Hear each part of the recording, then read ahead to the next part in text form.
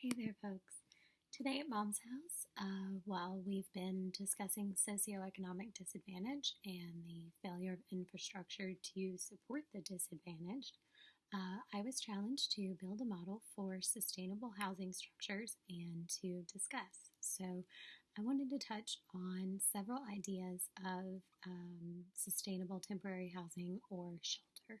So, I think that this challenge in particular is important, at least the model that I'm choosing to do, is important where refugees or individuals have otherwise been dislocated as well. Like that would include people who have also been dislocated. Maybe they lost housing due to a natural disaster, for example. I'll also put some links in the comments for DIY tornado shelters if that's relevant to an individual, but we'll get on more to that later. So I am probably going to just reuse some popsicle sticks that I had laying around as well as I actually found a paper towel roll. I think I'm going to do that for basically a cooking area. I actually don't know where it came from. I think it was a sensory activity for the kiddo. We don't use paper towels here because hashtag Mother Earth.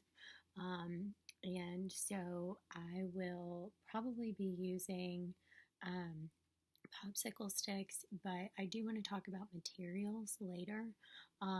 There are several links that I will go into a little bit more detail about later, and just ideas for temporary housing, temporary communities with standalone shelters.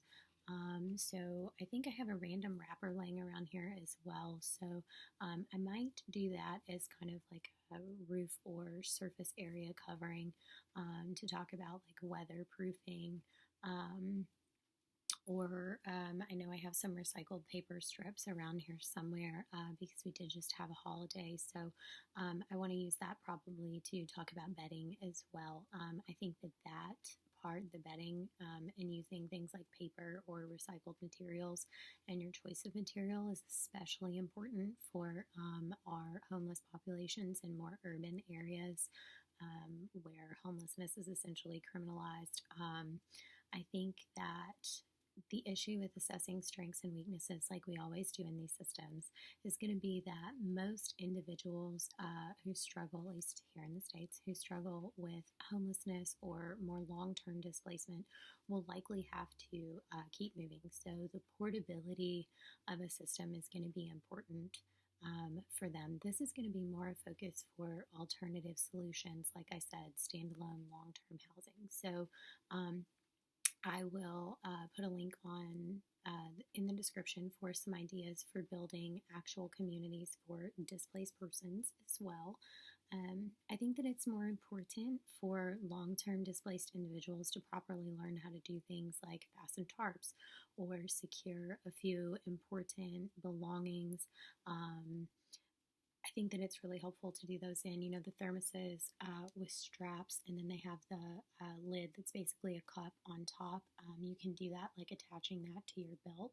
So you're sleeping with that on your person, one for valuables, one for water if you come across a fountain. Those are really important things to know that I've just learned from time working with people who are in this category. Things like that are important to discuss, as well as where an individual can sleep to hide from the elements while also being out of sight, to not get arrested, or without trespassing, like sleeping in an abandoned car in a junkyard will get you arrested. So this isn't really a project for the privileged people that like to just take pallets and they're just fascinated with tiny homes and pallet projects. Pallet theft was an issue when I worked in logistics and warehousing, and I talked to another friend actually who's still in the industry, and we did talk about that. So I want to focus on referring to my popsicle stick model as a medium, or if you want to try building a shelter for whatever reason, I want to underscore that you really need to purchase your pallets or ask a company before taking them. So I'll be talking about medium as material and then referencing the spaces they're in rather than saying, hey, steal these pallets and contribute to an already growing problem. So my model is going to be more along the lines of what companies like IKEA are doing to turn out separate spaces where individuals are allowed to exist undisturbed, have structures where they are protected from the elements and each other. So, some weaknesses of the current system, because we talk about sustainability, we talk about what's here, what are the fringe areas, where's the room for improvement. It's going to be in those fringe areas. It's a lot easier to access and create change in those spaces. So some of the weaknesses of the current system is that I think a lot of people who have never worked with displaced persons or have been homeless themselves, they may not realize that in the current system, there is a limitation, or in some instances in communities, a lack thereof, of where like sex offenders or criminals, for example, convicted, are permitted into shelters. Sometimes they're family shelters, sometimes there may only be the one shelter in a community. So I think that that's absolutely a weakness of the current situation. I think that that would probably be the most terrifying element while you're already dealing with a situation, maybe your family or your children being displaced, is having to be forced into a situation where you are in a shelter where you're expected to sleep and your children to sleep next to, for example, a convicted sex offender. I think that would be terrifying. That's something that is incorporated into systems like here locally, the Coalition for the Homeless. That is something that they work towards. These are goals that they have outlined in the current infrastructure, because that also inherently poses the question saying like, hey, I would personally be very hesitant, or it would be additionally terrifying in that situation to be put in that situation.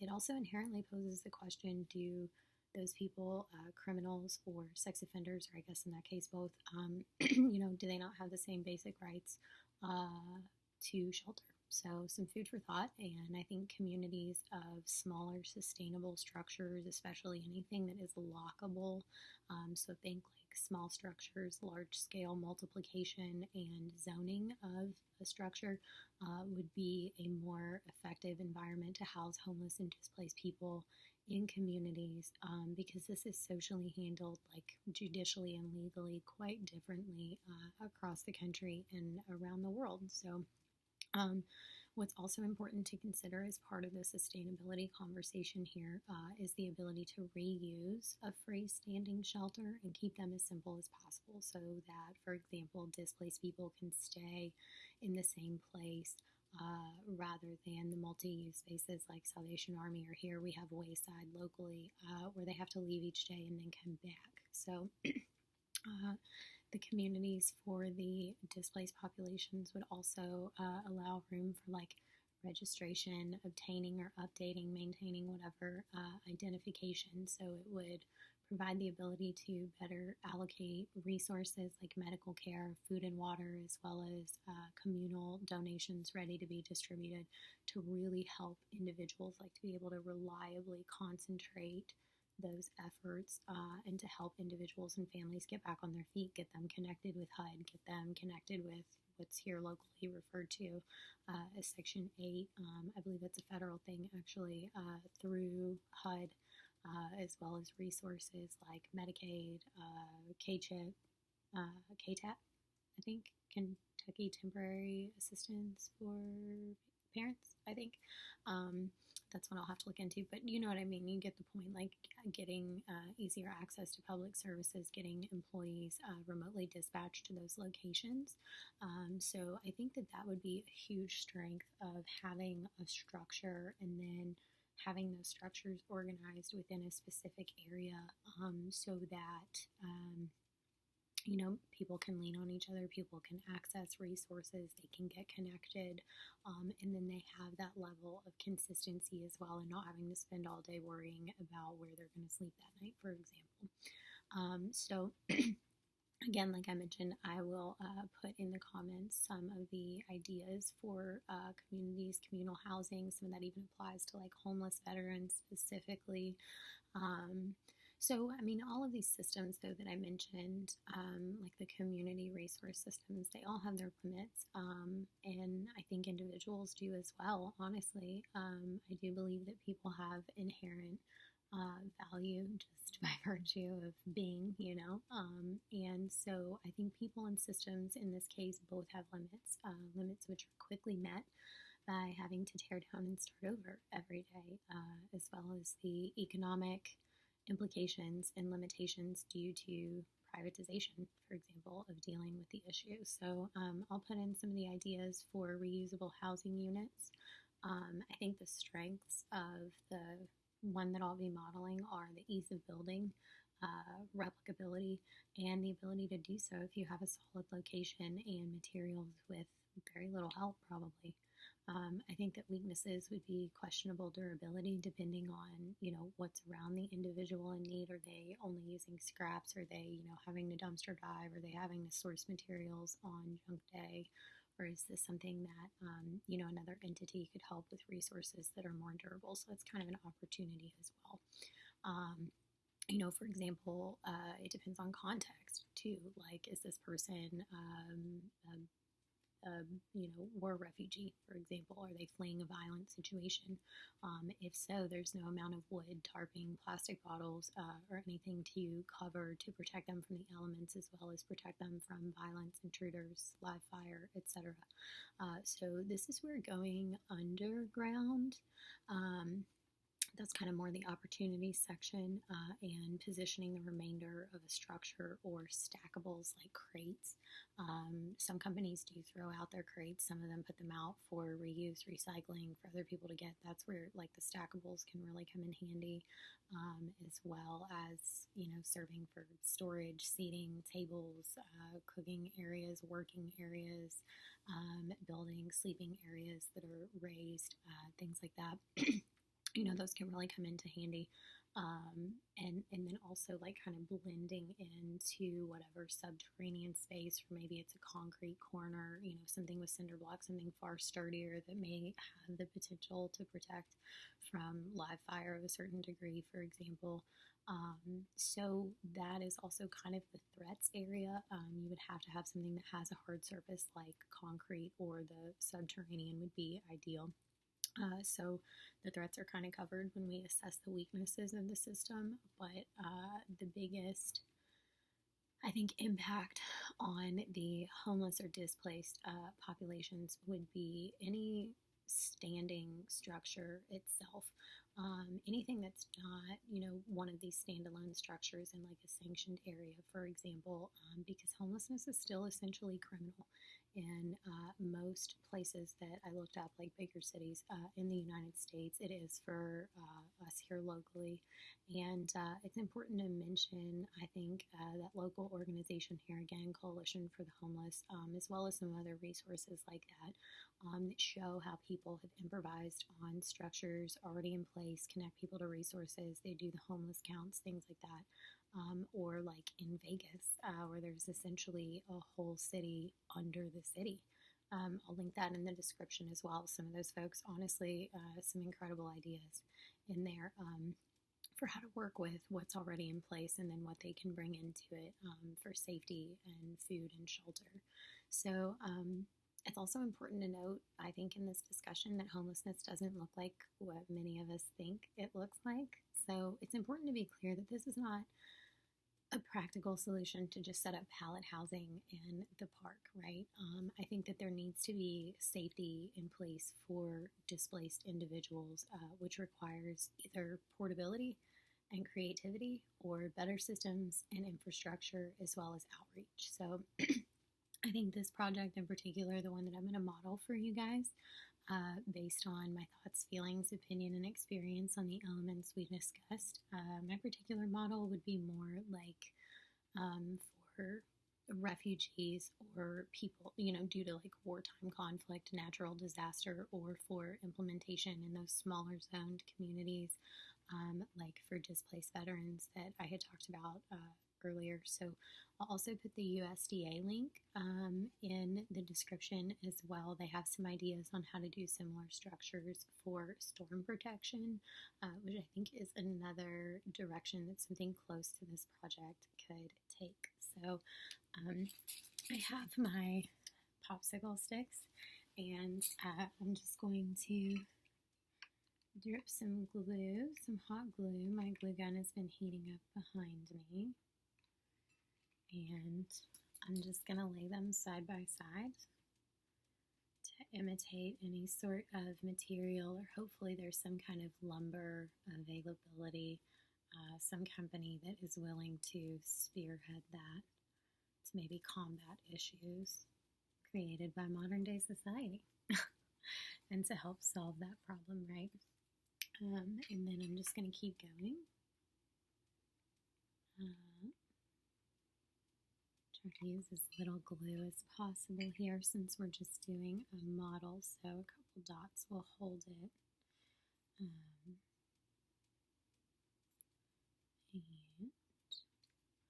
pretty well lined up.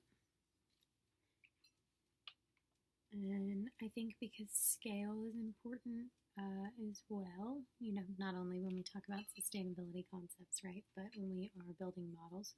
So I would say that this would be something, obviously, if it's a dwelling of some sort, you're going to want to be able to stand up.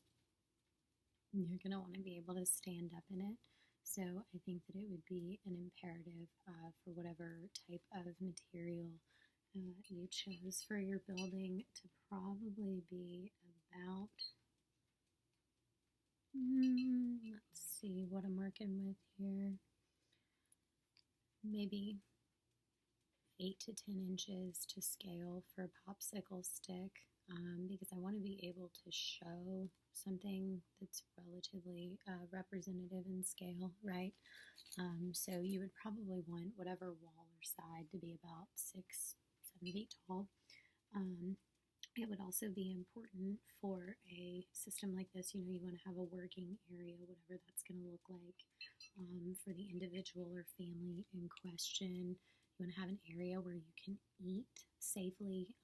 That would come into consideration with like a food preparation area as well. Maybe it's something that, you know, a community for displaced individuals could have a community garden.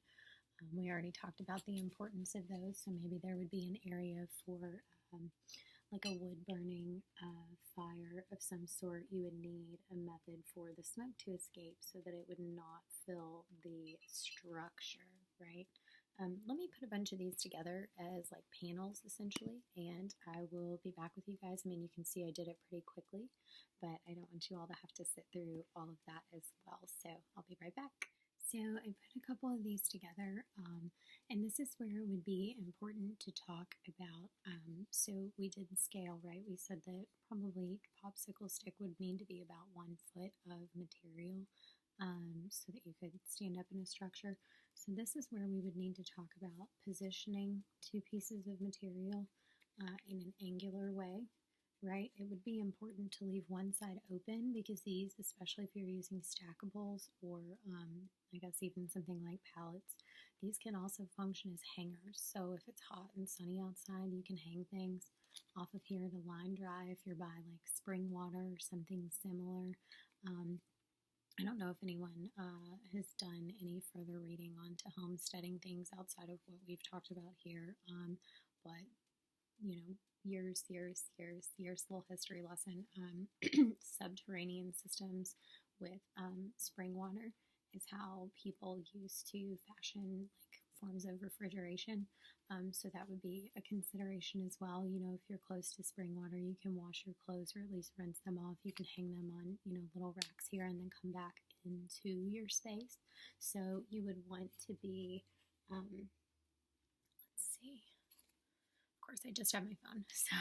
So let's say this is your hard surface. You know, you would want to be angular, right, with one side sticking out, and that would be like a small opening, right, that wouldn't be really vulnerable to the outside, but small enough that you could probably turn sideways and walk through, and then you can put things in the way to blockade or what have you. So that's more or less what that would look like against an already in place structure, like we talked about. And then maybe you could put, I found my wrapper, some sort of tarping anchored down like so.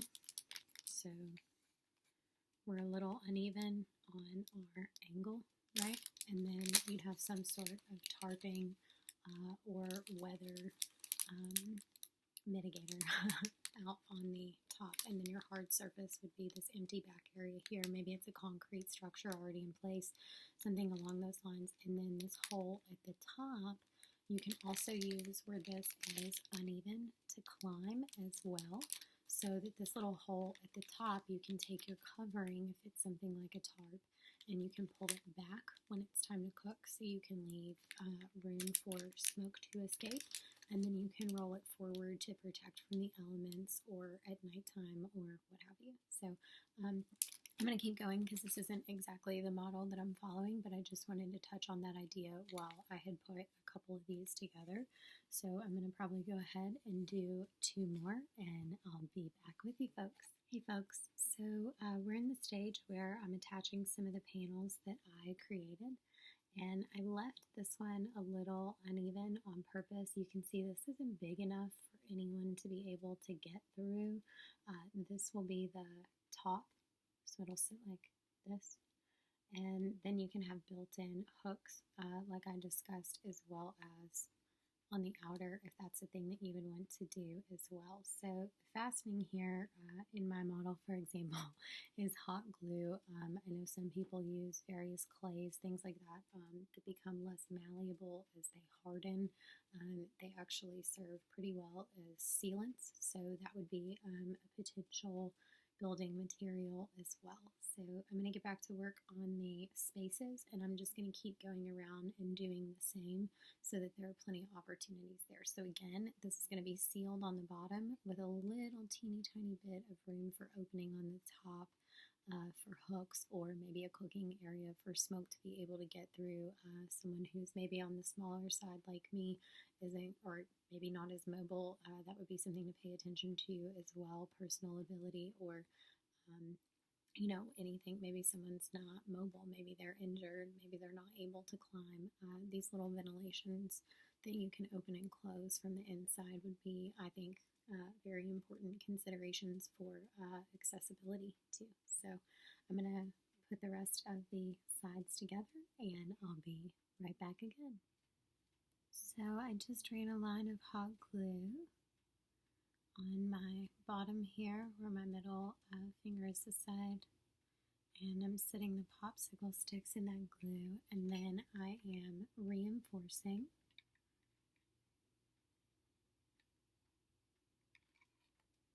And I'll go to the outside to reinforce as well. So again, sealant towards the ground to keep pests, critters at bay, as well as if there were to be any slight flooding. And then a little bit of open area. I'm just going to hold this into place while it dries. A little bit of open area on the top portion. And then when they're both open on the same side like this, you can have something in place. Maybe it's plastic bags. You know, we talked about plastic and plastic bag reuse in the PLARM project. Maybe they're trash bags put out on junk day that, you know, contain something non-perishable that, you know, wouldn't bring any microorganisms or any kind of microbes and pathogens that you don't want into your living space. You know, that's something that could be tucked in up here, put up during inclement weather, taken down during cooking, things like that. You could also, if you find enough rope or tense enough, thick enough string available, run from one side to the other. Maybe you have your drying rack inside.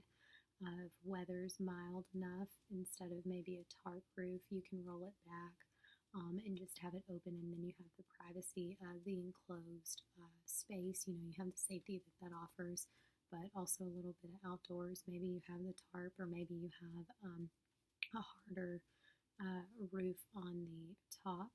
That could be a thing as well. So I think we're pretty well dried here. Yep. And then I had one more panel. So So I am going to go ahead and affix that. And now I'm going to show you guys here, hopefully a little bit better. I'm just going to lay a bead of glue down. Sorry. And try to position that this way. So I'm doing it kind of, it may look lopsided right now, but that is also kind of on purpose. And we'll get into the how and why of that here in a bit. But essentially the idea is if there were inclement weather, you need to have an even distribution for resiliency and malleability, like essentially enough ability for movement. And what you don't want is if I had put all of these on the same side instead of creating like a not bad circle, but definitely not a circle and it's not a square either. There is some distribution here instead of just blunt force coming against one side entirely. So that's why it's not crooked. It's kind of that way on purpose so that you can have a little bit more of, not an aerodynamic system, but maybe a little bit more resilient. You know, people putting tents up, you know that it can get a little questionable sometimes in inclement weather if you just basically have a big old square. So I'm going to get to work on securing some of this some more and then adding glue in some areas to keep it secure, and I'll be back when that's done. Alright folks, so I am adding my final wall, and I am actually going to seal off the final wall completely. If you remember, the others had a little bit of space where they were sealed at the bottom. I'm afraid to rotate it because my glue is still drying in one area where they were sealed at the bottom to prevent you know, rodents, critters, water leakage, etc. And then left open a little more at the top for various reasons like inclement weather, practicality of being able to hang materials, like textiles, clothing, bedding. And that was one that I said that we would revisit, because sometimes if your bedding medium is something along the lines of, think newspaper for example, when that gets wet, it's absolutely going to fall apart.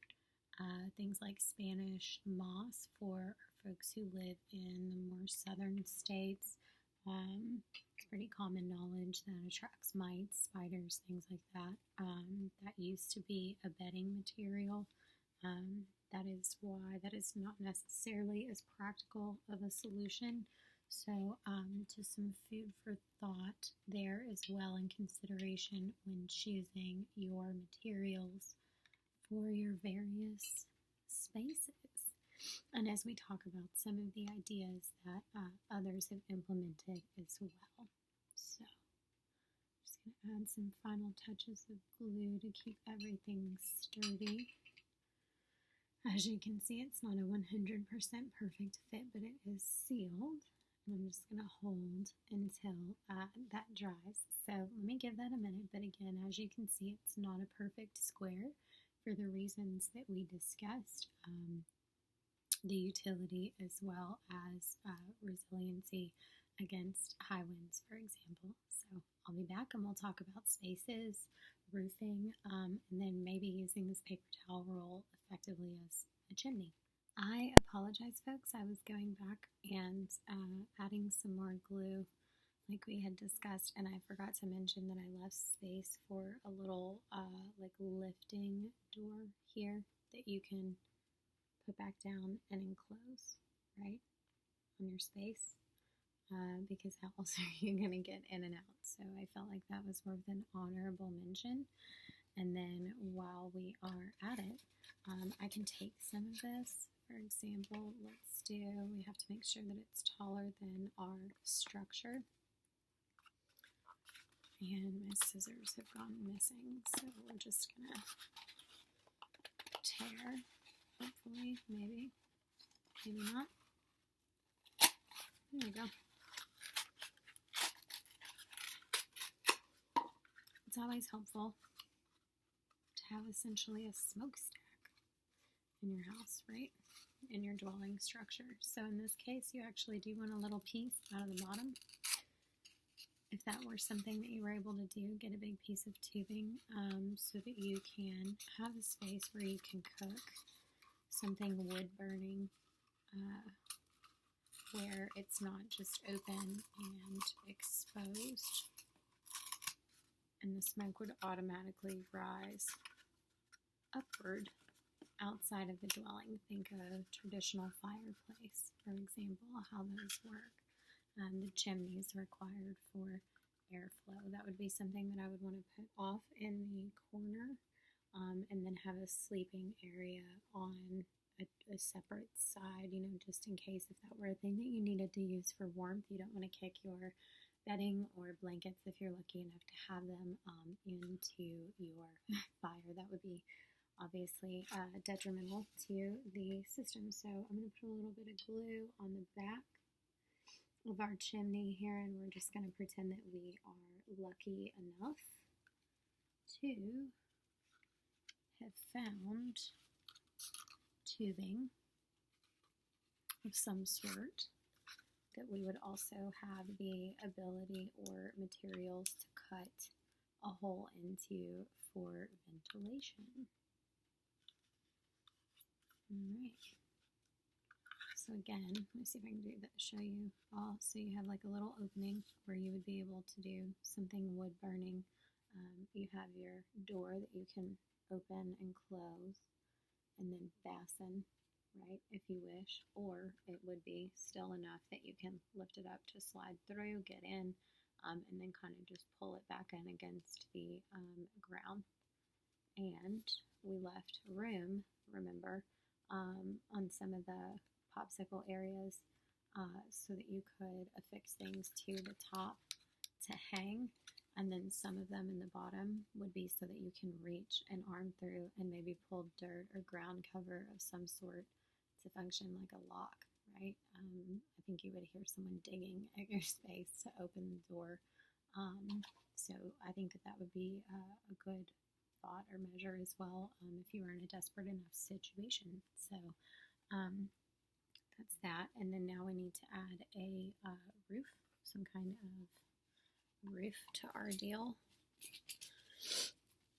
Now I do feel as though the popsicle stick would be a good idea to keep that going, right, and to lay it flat, but I do worry about any sort of rain collecting, anything from inclement weather. You wouldn't want that to settle on the top. That would be something that, flat surfaces, if you're using a shipping container or something along those lines, that would be okay there. That's incredibly sturdy material. So I'm going to put some on the back behind our chimney here. Let me lift that up. Put some on the back behind our chimney here to seal that off, because I know we could at least do that there as well.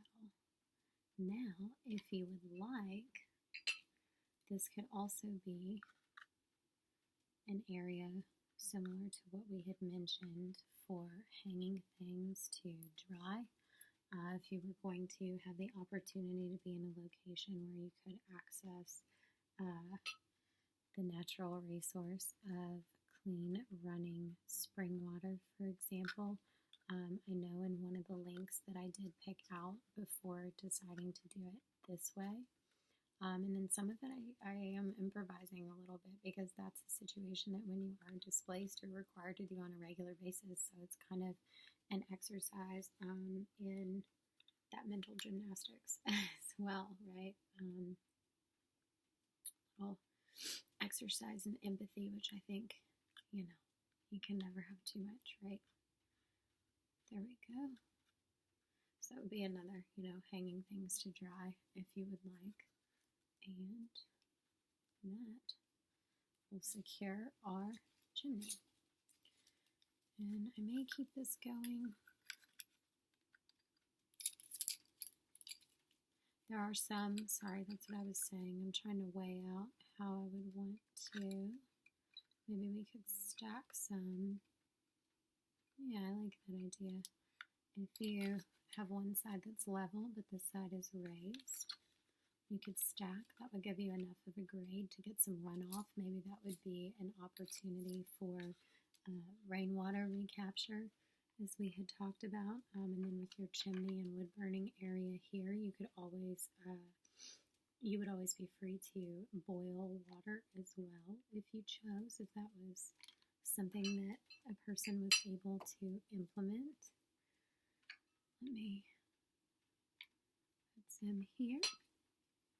So you would just need enough of a grade to not really have the standing water, because you don't want the pest problem that would come from that either. And I put some extra glue on there to create an airtight sealant. So if we're using clay or something along those lines, you would just want to put a little bit extra to kind of follow that grade, right? And I'm going to keep the length of the popsicle sticks. I'm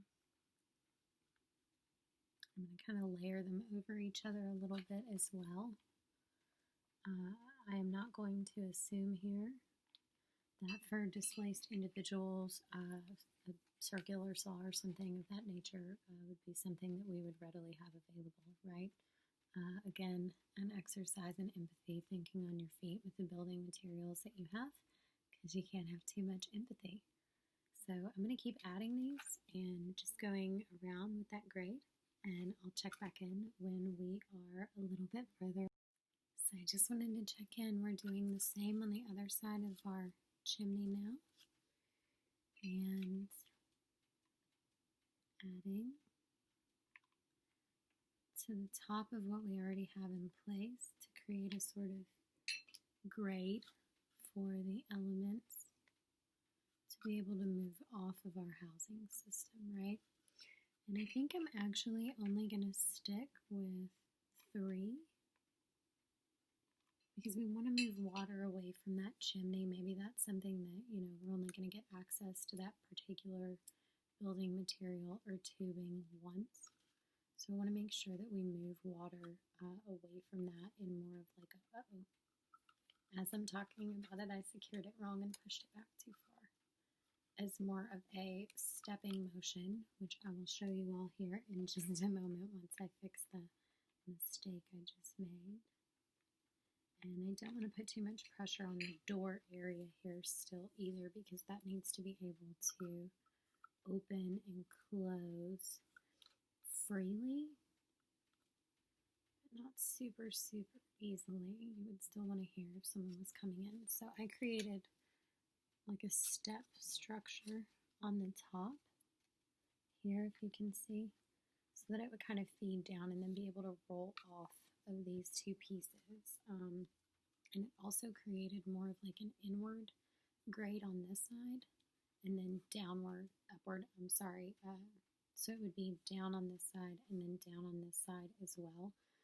So you would need to go across on these middle pieces, and that would create another grade as well to kind of keep water or any sort of elements, inclement weather, flowing around that system. So I'm going to get to work on that, and I'll check in. So I got to thinking about our differently abled folks, and I have made, you could really do this with quite a wide variety of materials, especially plastics or maybe like an aluminum sort. And I wanted to do something before I finished closing off the roof. I finished our grade here. So you've got a grade here, and a grade here, and a grade down. So we have 3 different directions for water to flow, especially if you want to do a water capture system.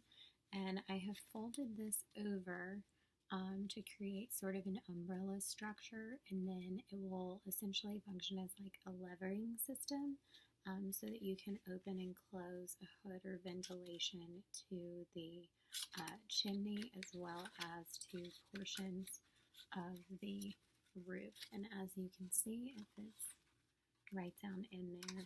And then you would just have to manipulate whatever the material is to ensure that it adequately covers from the inside what it is that you are trying to cover. And that would be something that you could take down and then open, right? But not open all the way. or close if there were an issue.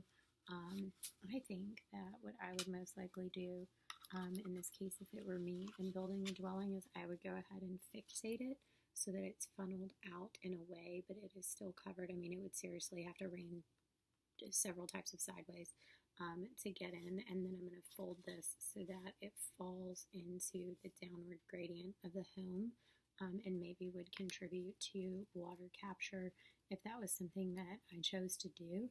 And I think I'm actually going to do that on the inside here, maybe by the door, because it'll most likely be more exposed to the elements anyway. Keep some type of rain capture system here where the grade goes down and then feeds into an open area, and that way the water could come directly into the home, and that's not something that you would have to do outside of the home only. So I'm going to manipulate this a little bit to kind of come down onto the roof the way that I want it to, and then affix the back to the more open areas, more vulnerable areas of the roof.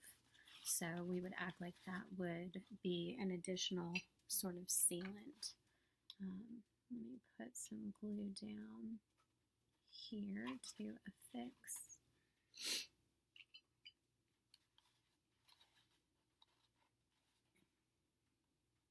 Now, it could be a weakness, a potential weakness if you were limited on your building choice materials, as far as making sure that there aren't, any areas where this would actually catch wind and then lift all the way up, right? So that's kind of why I'm like bending down in hopes that that would not be an issue. There we go. All right, and then I'm just going to go back and seal up some areas of my roof. We're going to also pretend that we have a tarp available, and I'm just going to pull this at the seams. Should come pretty easily. As soon as I say that, it gives me trouble. And then that can cover any area where we may have issue, right? Or vulnerabilities.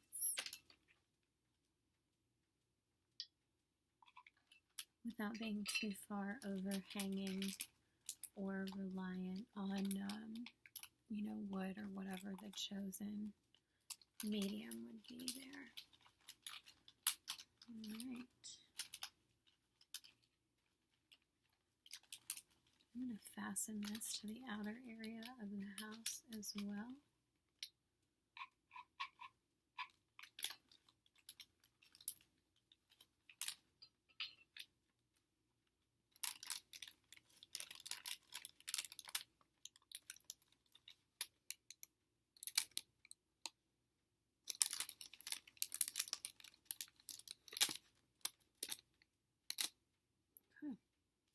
Pretty little complex deal going on there. And let me put this down on the outside of the other end of our structure as well. Now you still have your spaces in here to hang things, right?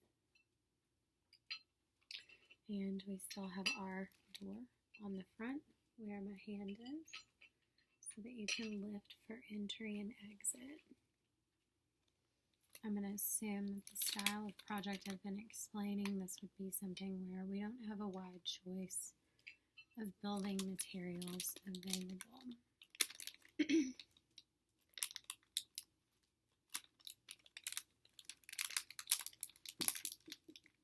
Now you can fasten these down and all around if you'd like, to make sure that the roof is extra secure as well as airtight. If you'd like, not airtight, I apologize, watertight. Alright, let me see that addressed some areas where we were a little more vulnerable to the elements as well. So I'm just going to tuck this in so that it serves its purpose, and then that's it. Kind of securing, the reason I'm securing in as many areas as possible as well is to protect our building material. Not only would I be anticipating a limited amount of building supplies as being a potential threat to the system I'm modeling, but limited or one-time availability as well. So we want to do what we can to protect what we have, and a dual purpose of keeping water out of the system with something like a tarp, as well as protecting the underlying materials, would be important as well. And as you can see from the bottom with the stick, pole, whatever it is, some bamboo, I'll link those in the description. You can kind of lift and temper this hood as well. So if there's a storm, perhaps you can lower it significantly more. If you're cooking, you can open it up quite a bit for some more ventilation that'll be down in this part here. So again, door, chimney for cooking, tarp agreed on the roof in 3 different areas. 2 hanging pieces in the back. Maybe you've got some food you want to keep up and off the ground and store there. Maybe you've got clothes, textiles you can hang. We also have the option for hanging textiles built into the top. And then you can stuff with newspaper if you don't want anything getting through, or whatever you would like to do there. Clay, mud, but the bottom is sealed, so no creepy critters. And I'll be back with the finishing touch. Hey there, folks. So I am building what is meant to be representative of a stackable. So like think crates for vegetables, something along those lines. Sometimes you can catch those on trash day for businesses, right? I found that container that the popsicle sticks came in. So this is just the label from that, and I tore it and I'm sealing off the sides. And this is something you could technically do if you have the right type of malleability for some sort of material to make your own little cubes and leave some sides open. You can use these as seating in this direction without having to sit on the ground. You can use them as tables. You can use them as storage to protect things. You can work on the top as well. Just make sure that they're things that would fit easily in your home. I like the multifunctionality of a table that is not totally enclosed or just a box of like a totally enclosed cube, one that is open that you could easily flip over and form a bed, or keep another piece of material that you could slide into it to sleep on as well, that could also double during the daytime as a working station. So we are going to put those into our house so that you have eating, sleeping, and working, and this would be the additional mattress, whatever you want, and you can roll that up and keep that in the bottom here. There we go. So that's going to be the bottom. Don't forget, this is your wood burning stove, your chimney. If you want, you could move this towards the door. If you're worried about any kind of flammables, my suggestion would just be to sleep with your, it sounds like a terrible idea, but sleep with like your face closer to where the fire was, because you're less likely to kick, you're more likely to kick the blankets downward, or whatever works for you. I mean, hi, sweetie. I'm sure you know how you sleep best, so if this were going to be something that you would implement, how would you do that? And I will probably take a couple pictures, but most importantly, we have a working hood, we have water securement, we have a movable door, right? We have some water protection and protection from the elements for some of our building materials, and then we have stackables and textiles that can be multi-use to be moved around for eating, sleeping, or like working areas, and then you can pull those apart and move them around as you need. We have the pole for the hood. There we go. Inside the dwelling, right? If there's a storm, you can also use these tables to affix this down. Maybe you want to brace it while you sleep so that you can be sure that you are sleeping safely during inclement weather. And then you have your chimney with some sort of tubing structure for a wood burning stove. So there you have it, and then I will link some far prettier, far more professional examples in the description. So thanks again, folks, for swinging by Mom's house. As always, drink plenty of water, eat something from the earth, and get lots of sunshine. And if you can't find any sunshine, be the sunshine. Thanks. Have a good day.